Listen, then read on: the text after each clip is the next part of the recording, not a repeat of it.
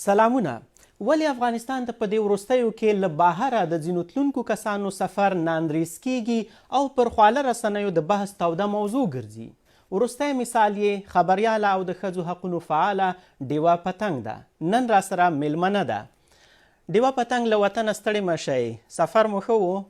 شفق صاحب سلامونه تاسو ته ورسیږي، ستاسو د دې پروګرام ټولو لیدونکو ته. وعلیکم سلام. بل یو ډیر ښه سفر مې درلودله، خپل هیواد ته تللی وم او ډیره خوشحاله بیرته راغلی یم. فکر کوم تقریبا یوه اونۍ هغلته وئ. د کابل، پنجشیر او بامیان په ګډون نوره چیرې لاړئ؟ بل یو زه ډیرو ښکلو ولایتونو ته راړلم.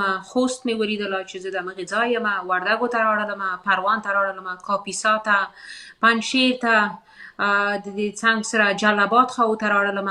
نو ډیریو ولایتونو باندې وګرځېدلم، لوګر، غزني، په دغه ټولو ځایونو باندې ما سفرونه وکړل. پر افغانستان د طالبانو له بیا واکمنېدو شاوخوا 2 کاله وروسته تاسې افغانستان ته تللی یئ او تر هغې مخکې به مو کله کله پر تلویزیون لیدلی د کرکټ اړوند خپرونو کې او ځینو نورو کې، بیا مو ونه لیدلی. اوس چې 2 کاله وروسته افغانستان ته لاړئ، څه بدل شوي درته ښکاره شول؟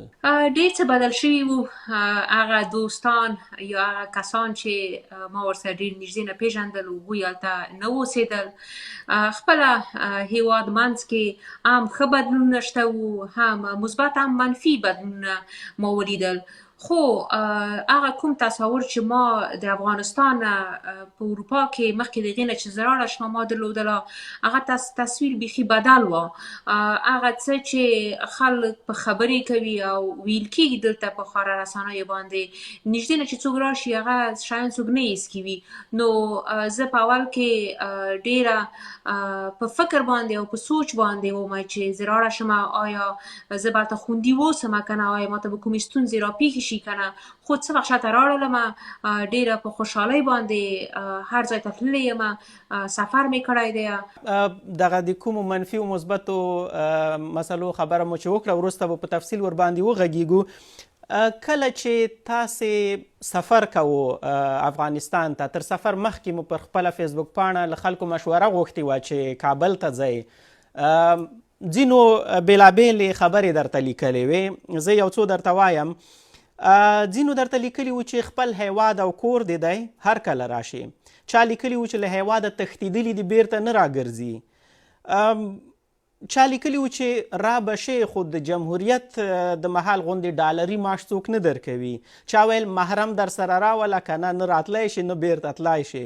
ځینو د چادرۍ او د حجاب د اغوستلو سپارښتنه درته کړې وه او ځینو داسې الفاظ کارولي وو چې زه یې نشم ویلی. هلته چې کله لاړئ څه ډول چلند سره مخ شوئ؟ شفق صاحب څه شی چې موږ تاسو په خپاره رسنیو باندې وینو او لولو، هلته په افغانستان کې خلک ډېر زیات بدل دي، مهربانه دي. دغه تصویر چې د افغانستان وړاندې کېږي او دا رقم په الفاظو باندې چې خلک خبرې کوي، افغانستان کې خلک بدل دي. هغوی ټول وحدت غواړي، هغوی هرکلی د هر افغان کوي. زه په تیاره کې وم، تیارې ټولې ډکې ډکې ځي، خلک په رفت آمد کې دي. خو دغه ځینې کسان چې دلته بیا په اروپا کې اوسېږي، متاسفانه د خاطره چې د دوی ذهنونه یې نشي منلی چې ځینې کسان راړ شي افغانستان ته. او د دې څنګ سره زه چې خپل هېواد ته زه تللی یم، زه خو په ما باندې کوم بندیز نه وه لګېدلی، زه خو کومه مجرمه نه یم چې زه خپل هېواد ته ونه شمه کړی راړه شم. زه خو د کوم جنګ سالار لور نه وم، نه خپله کومه جنګ سالاره وم په افغانستان کې، نه مې کوم قتل کړی دی. نو هغه زما هېواد دی، هر کله به ځم. ما په افغانستان کې هیڅ وخت هلته وظیفه نه ده اجرا کړې او په ډالرونو باندې ما معاش نه دی اخیستی. دا چې په کوم تصویر باندې به ځینې خلک خبرې کوي، هغه د دوی خپل نظر دی، زه ورته درناوی ښیم. د خلکو اشاره کیدی شي دا وي چې تاسې په ملي راډیو تلویزیون کې کار کوو او هغه هم د دولت برخه وه. شفق صاحب که چیرته دلته معلومات وشي ما د ملي تلویزیون سره صرف همکاري کړې ده. ما هیڅ وخت کوم معاش نه دی درلودلی د هغې رسنیو نه. لکه بیا زه تاسو ته ویلی شم چې که ماته کوم څوک د معاش ورکولو هڅه کولی، ما هیڅ وخت نه دي منلي. ما هیڅ وخت د افغانستان د معاش نه ما پیسې نه دي اخیستي. مخکې تاسې وویل چې خلکو ځینې خبرې کړي دي چې ولې تللی یې، تاسې خو کوم قتل نه دی کړی. ځینو خلکو خپل دلایل لیکلي دي، هغه به زه وروسته درته ووایم. خو یو کمنټ چې تاسې یو پوسټ ته شوی و چې ماته د پام وړ و، کوم مستعار اکاونټ نه و، نه پوهېږم چې کومې ښځینه به کړی و او که نارینه، درته لیکلي و چې په ژوندون یې د ښځو لپاره دوزخ ته دی، څنګه زړه راکیږي؟ ځواب مو ورته څه دی؟ ګوره بلا شکه چې په افغانستان کې ستونزې موجودې دي. د دوی کومه اشاره چې ده، زه پوهېږم چې کومې اړخې ته ده. موږ تاسو سترګو نشي پټولی چې په افغانستان کې ستونزې د میرمنو دپاره فعلا نشته دي. میرمنو باندې بندیز د مکتوبونو لګېدلی دی، د کار په لګېدلی دی، او دا څه شی دي چې موږ تاسو باید مبارزه ورباندې وکړو. زموږ تاسو هېواد دوزخ نه دی.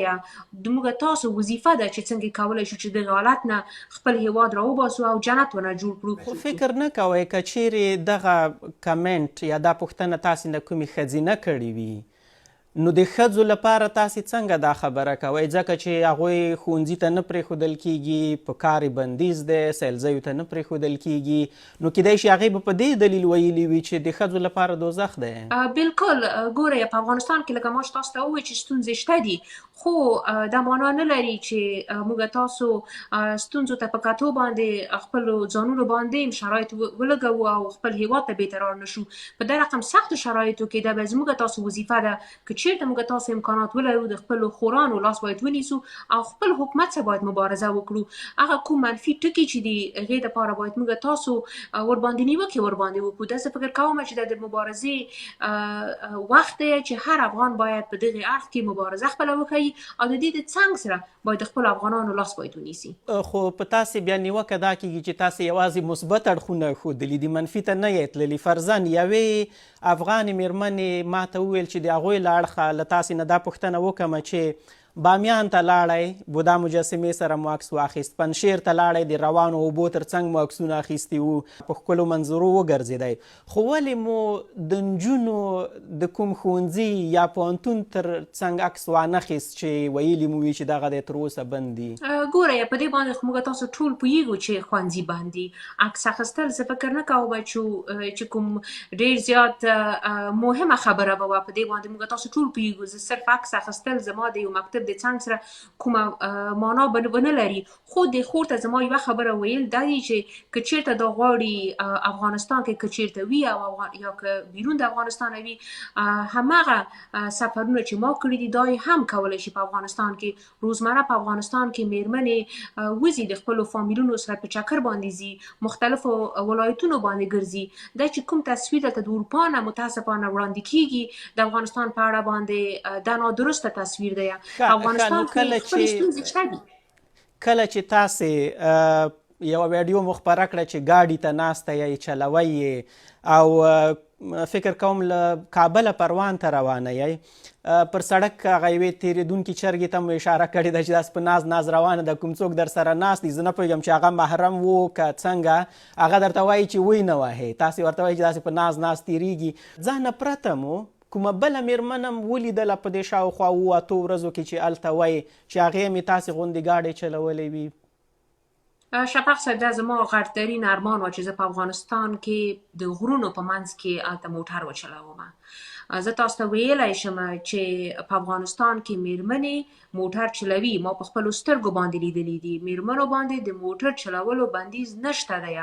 او زما د څنګ سره چې کوم څوک ناست و چې ما ته وایي چې ګوره یا چې په موټر باندې چرګه ونه وهې، هغه زما پلارجان دی. زما سره مې په هر ولایت کې زما سره مې پلار و، زما سره محرم شته و. ما په هر سفر کې زما خپل ځان سره خپل پلار بولی دی. تاسې ویل چې ښځو ته اجازه شته، خو خپله مونږ ریپورټونه لرل هرات نه فرضاً ما خپله کار ورباندې کړی و او هماغلته ځایي چارواکو راته ویلي وو د طالبانو حکومت چې ښځو ته جوازونه نه ورکول کېږي او مونږ ځینې ښځې هم غږولې وې.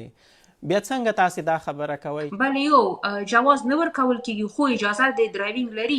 هغه کسان چې جواز لري کولی شي چې موټر وچلوي.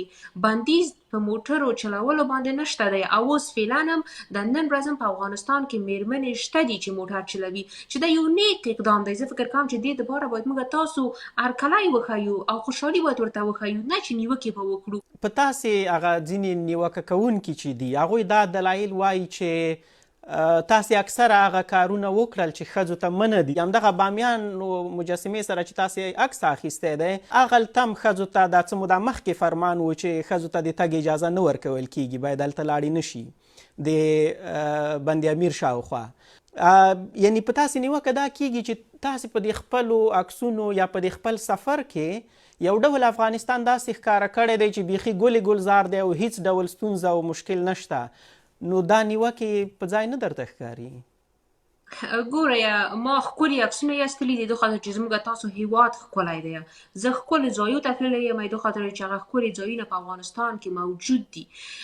هغه تفریح ځایو ته چې تللی یم، هره میرمنه په افغانستان کې ورتلی شي او هلته ډېری خلک شته دي. خو دا چې تصویرونه په سوشل میډیا کې زموږ تاسو ځینې فامیلونه یا میرمنې نه اچوي، دا معنا نه لري چې بندیزونه لګول شوي. دا کیدای شي د کورنیو هغه فیصلې وي چې خپل هغه شخصي ژوند کیدای شي چې دوی تصویر په سوشل میډیا کې ونه ښیي. خو بامیانو ته هره میرمنه کولی شي چې لاړ شي. خو یوه شو ته ګورئ چې تاسو پام کوئ، په بامیانو کې دوه ځایونه دي. یو هغه ځای دی چې ما پکې عکس اخیستی دی، هلته هر څوک کولی شي لاړ شي او هلته عکس وباسي او هلته تفریح ځای دی، خلک راځي همالته عکسونه وباسي او خپل هغه خوشحاله وخت تېروي. خو که چېرته به څوک غواړي چې لاړ شي د بامیانو منځ ته چې هلته ټیکټ خرڅول کېږي، ټیکټ به اخلي، بیا به ځې مایبند ته د بامیانو هغه منځ د بوډا به ګورې. په هغې ځای کې ویل کېدل، زه نه یم پخپله تللې چې هلته میرمنې اجازه نه لري چې لاړ شي. خو په دغه کومو ځایو باندې چې زه ګرځېدلی یم، دا ښایسته ښایسته تصویرونه مې چې ایستلي دي. افغانستان کومه بندیخانه نه ده چې ټول ځایونو کې بندیخانې جوړې کړي دي او میرمن نشي کولی چې پکې وګرځي. قرغې ته لاړې که نه؟ د کابل قرغې ته لاړې که نه؟ قرغې ته هم زه لاړلم. هلته وګرځېدلی هغه د بند په غاړه که نه؟ بله یو کولی شي چې میرمنې راوړي شي قرغې ته او هلته د خپلې کورنۍ سره چکر ووهي. د کورنۍ د فامیلي ځایونه یې جوړ کړي دي، فامیلي کولی شي هلته راشي ډوډۍ پکې وخوري. اصلا بندیز نشته. یګانه شی دی چې ته مخکې د هغې نه چې هلته قرغې ته ننوځې، د امر بالمعروف یو کس درېدلی دی، صرف همدومره که چېرته ایجاب دې سم نه وي، همدومره تاته وایي چې ایجاب دې واغونده.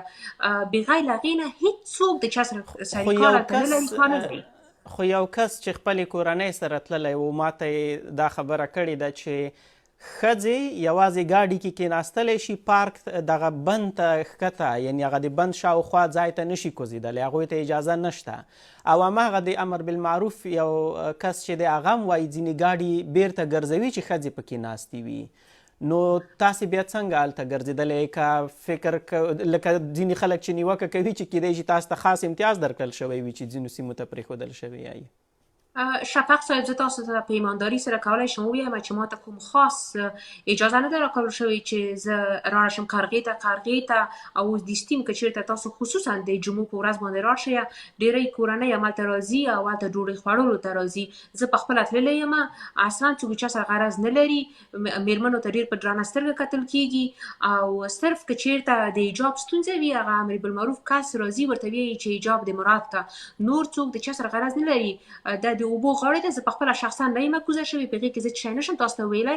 خو د قرغې منځ ته زه تللی یم، د موټر نه راکوزه شوې یم، ډوډۍ مې په رستورانت کې خوړلې ده، ناسته یم، خپله فلمبرداري مې کړې ده.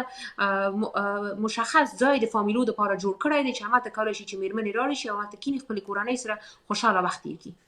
ښه، تاسې د طالبانو حکومت د ځینو پلویانو ټویټونه مو ریټویټ کړي دي او دا یعنې دا معنا هم لري چې تاسې د هغوی خبرو سره همغږي یئ. یو ټویټ چې تاسې ریټویټ کړی، هغه کس لیکلی دی چې د تاسې راتګ به د افغانستان په اړه د دوی په ټکو د غلطو تبلیغاتو جرړې وباسي. دا غلط تبلیغات څه دي؟ تبلیغات غلط هم دغه دي، لکه چې اوس تاسو ووایئ چې قرغې ته مېرمنې د موټر نه نشي راکوزېدلی. غلط تبلیغات هم دغه دي چې بامیانو ته مېرمنې نشي تللی. غلط تبلیغات هم دغه دي چې مېرمنه اجازه نه لري چې موټر وچلوي. دغه څه دي چې زه فکر کوم د دوی مطلب هم دغه و. ما د افغانستان نقشه یا دغه ښکلی تصویر ما د خپل ځان سره د لندن نه و وړی. د په افغانستان کې هم دغه ښکلی تصویر شته دی. زه یوه مېرمنې په صفت باندې ورغلی یم، صرف یو عکس مې ورسره ایستلی دی. زه غواړم چې افغانان په دې باندې پوه شي. خو ډېر خلک دغه خبره کوي چې که نور هر څه ودان وي، هر څه ګلې ګلزار وي، خو چې د نجونو پر مخ یوازې همدغه ښوونځي او پوهنتونونه تړل شوي، دا د هر څه، د هر بل امتیاز، د هر بلې ښېګڼې یا د پرمختګ د ردولو لپاره کافي ده. بالکل. ګورې شفق صاحب، ما د مېرمنو د زده کړې په خاطر باندې